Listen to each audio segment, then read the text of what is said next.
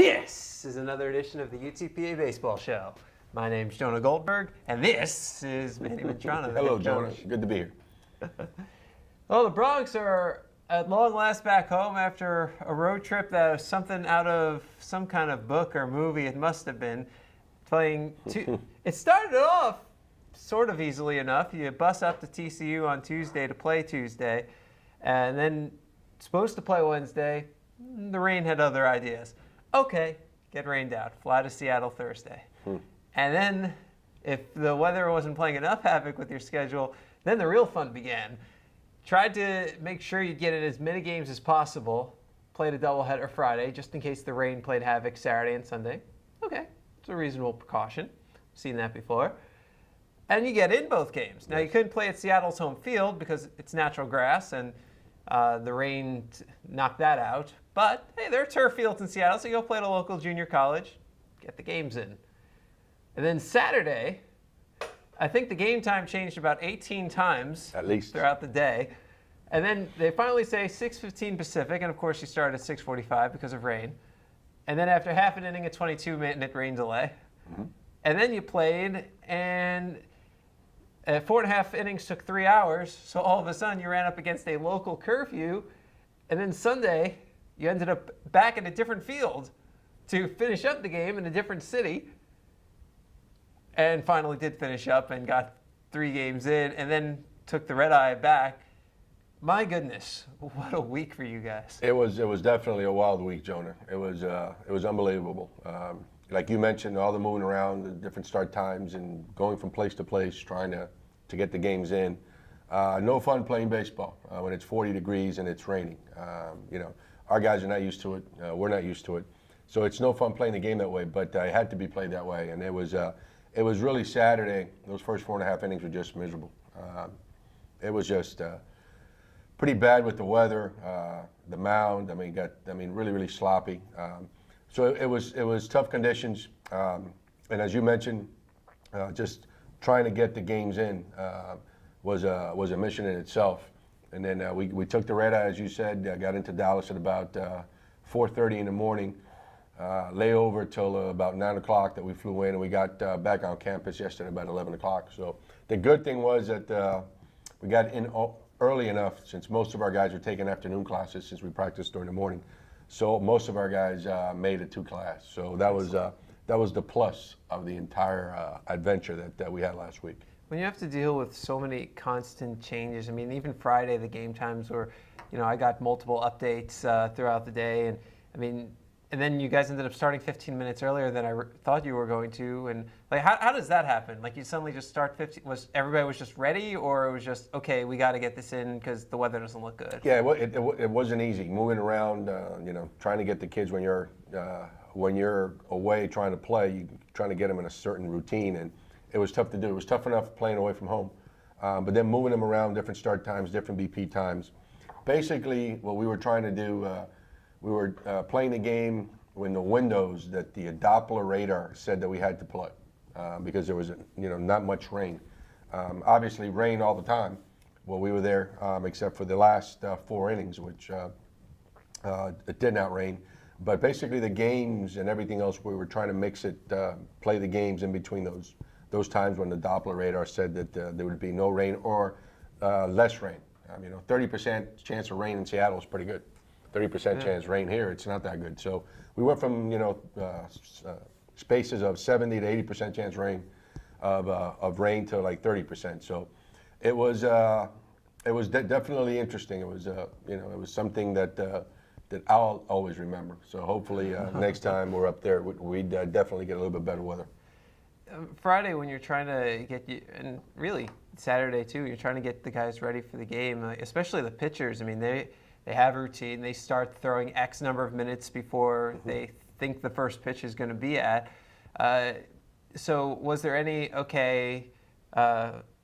suddenly rush, you got to hurry up because you have to get ready, or slow down because we don't need to be ready yet? Was it kind of like that at all? Yeah, you have to kind of time it to make sure that you're especially your pitcher, that he's ready and that he's not going to get hurt.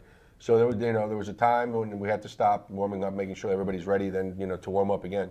So it was a little bit different, but we made sure that the guy that was going to throw for us had enough time to warm up that he wasn't going to get hurt. So it was a change of pace, but it is what it is. The weather didn't cooperate, so we just tried to do the best that we could. How much do you think it affected the guys, if at all? Well, obviously, our guys are not used to playing in 40 degrees and rain, so it was quite a challenge for our guys. A little bit of rain is fine, a little bit of cold, but when you mix it in, and it wasn't just for 1 or 2 innings. I mean, constant rain and stuff like that. It was difficult. So, but you have to play through that, and hopefully down the road, if we get those situations again, we're used to a little bit of rain and hot weather. We don't practice much or play much in 40 degrees and rain. So it was definitely an adjustment for our players. It was a big change. I guess the nice thing about the conference is, they'll have to come here next year. So when Seattle comes and it's 90 degrees and beautiful, they're not going to be used to playing in something like that. Yeah, but they still have the advantage. It's 90 degrees and beautiful. When it's 40 and rainy, it's But it'll be hot for them. So, that could be tougher they to still play. have the advantage over us going in 40 and rainy degrees. I would rather play 90-degree weather and sunny all day than 40 degrees and misting. So it was tough situations. Most of the time our guys handled it pretty well, and we came close a couple times. Again, I thought we made great comebacks, but we just didn't finish it off. Yeah, 4 runs in the 9th inning of Game 1 to come back from the brink of what would have been a 5-2 loss to suddenly take it, a 4-2 loss to take a 5-4 lead. Yep. Yeah, that was good. They came back. We scored 4 runs. We had a 1-run lead, and again, it seems to be the story of this group. And again, we're pretty much running out of guys we can bring in the last inning. So we went to the bullpen, and once again, we blew the lead. They scored 2, and we ended up on the short side of the ball game again, and pretty much the same story for the second game. Yeah, the second game, Andrew Padron faced the final 2 1/3. The run he gave up though wasn't earned. Yeah, that was we have to make that play. It was a ground ball, made an error. Instead of getting the leadoff hitter out with nobody on base with 1 out, we had the leadoff hitter on with nobody out. They bunted him over, and he came to second, and they got the base hit, which ended up being the winning run. So Andrew threw the ball pretty well. So have you figured out, started to think about what you might do if you have that late lead, whether it's tomorrow against UTSA or this weekend against Grand Canyon? Absolutely. I'm going to look up to the press box and bring down Jonah Goldberg and say, hey, Jonah, here we go. Help us win this game. Ready to go. So exactly. So, again, we're still, nobody stepped up for that job. I talked to the guys after the games, and, somebody needs to step up and help us close the deal. There's one way to look at it, and another way to look at it. And like I told them, we're very, very close. 8 games by 1 run or less. So it means that we're close, but we have to get over that hump and win those 1-run games. So in that regards, we're close. We're being competitive. We're staying in games, but we have to finish the game and get the win because close basically doesn't count except in horseshoes. So and we're not playing horseshoes. So we better get at it because we only have 7 conference weekends left. Yeah, it's kind of funny because you look at it and those 8 games, one could make the argument of the difference between your current record and potentially being ranked, since a bunch of those games were against teams that happen to be ranked 15th in the nation at the time. Yeah, you're absolutely right. You're absolutely right. A couple against Oklahoma, 1 against Texas. All those guys were ranked at the time. So, I want them to kind of take the mindset of, hey, we're losing these 1-run games. We're very close. And the thing we have to do is just stop beating ourselves. That walk by the pitchers at the wrong time or that error at the wrong time, and we have to get that hit when we need it. So we're close, and we're trying to gravitate to that with our practices and everything else that we can do to help us get over that hump. But I want them to stay positive, to understand that, hey, 8 games by 1 run, we just have to finish the deal. Of course, Saturday, Sunday's game wasn't a 1-run game by any stretch of the imagination. It seemed like it was just a bad day to be a pitcher, 13-8. It was a bad day, and those conditions didn't help much. I thought offensively we did a nice job. We did some things defensively that really hurt us against the walks. Didn't come through with a couple bump plays. When you do things like that, they're going to come around. When you give a team 5-6 outs an inning instead of 3, they're going to find a way to get the big hit, and that's exactly what's happening. We opened the door for them to have 2 big innings, and that cost us the game. I'm positive in that game, though. Jesus Garcia, 4 hits. He's been starting to find his groove with the bat. Jonah, and just at the right time because we need somebody else. Alex Howe has been pretty much our most consistent, really our only consistent hitter all year. And we need a couple more guys to help Alex out and help us put some runs on the board. Yeah, Howe is 350, 472 on base. He leads the team in RBI and probably just about every other category as well. What is he doing so well to just keep this up and stay so consistent? Yeah, by far he's been our most consistent hitter. Nobody even comes close with him. He's getting good pitches. He's recognizing good pitches. He's swinging at good pitches. And when it comes to hitting, the rule number one is get a good pitch to hit. Hitting is very, very difficult to begin with, and when you start penalizing yourself by swinging at pitches that are outside the strike zone, then that becomes an issue. And Alex has managed to see the ball well, and he's getting good pitches to hit, and he's capitalizing on them. So a couple of our guys need to do that also. A couple of guys that we were counting on to hit this year. So we need a couple more guys beside Alex. Jesus now, Chewy, he's starting to get into a nice groove. But we need another couple guys to get into the groove along with him so we can score some runs. You have a guy like Alberto Morales who has pretty good RBI numbers this year. And I think back to last year, his batting average was a little low at this point last year too. It's kind of similar to what it is right now. And then all of a sudden he just lit on fire. Is he just one of those guys that it takes a little time for him to get going? Well, we hope that the same thing happens this year that happened last year. As you mentioned, he started off slow, got hot, and became a very productive hitter for us. So we definitely need Morales to hit. Last year Ramirez had a nice year for us. This year he's struggling quite a bit. Our freshman Victor Garcia, I think he's not performing to the level that he can, and it's not because he's not working. All these guys work. It's just that the game is like that. It's tough, but hopefully we can put it together and they can get hot, and we can have 3-4 different guys joining Howe and helping us produce runs.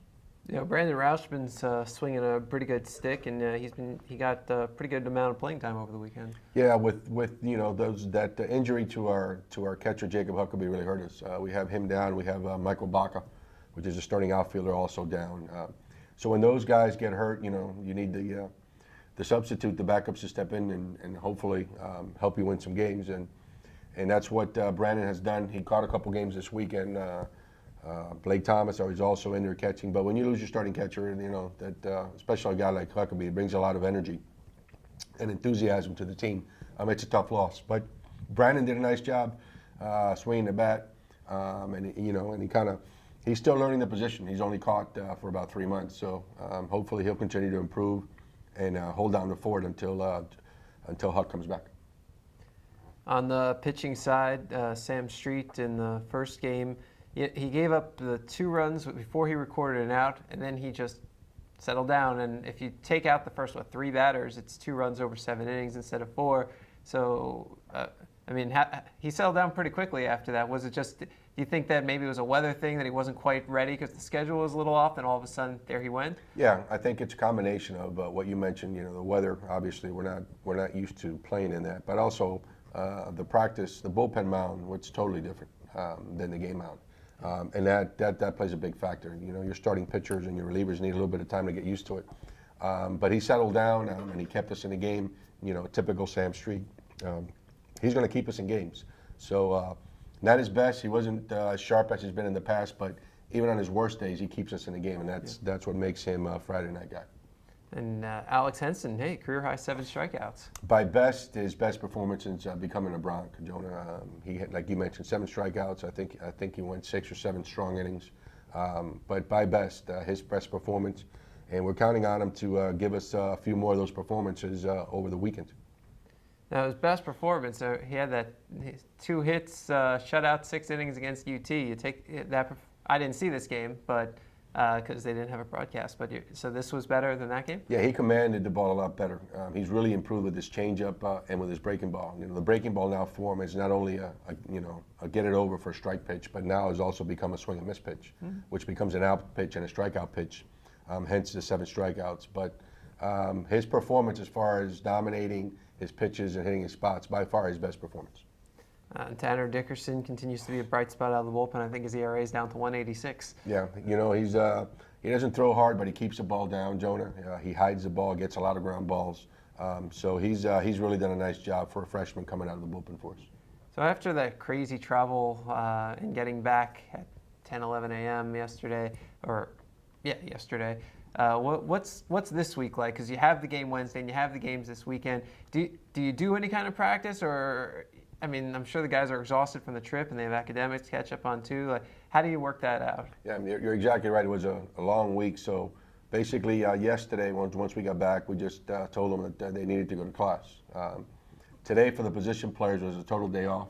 Pitchers are a little bit different. You know, they have to stay. They didn't throw. They weren't on the routine yesterday. So we had them out today for about an hour and a half, just so they can get their throwing in and their conditioning. And we sent them back. So no practice yesterday. Position players, no practice for them either today. And then the pitchers, just their routine. Tomorrow we'll play. We have a game against Corpus here at home at 6 o'clock. And then Thursday will be a very light practice so we can be ready to go for the Grand Canyon and the WAC this weekend. But, you know, we make them travel on the road. On the road, obviously they study while on the bus. They study at the hotel. And we also make them study at the airport. So they got about 6-7 hours in of studying on the road, mandatory.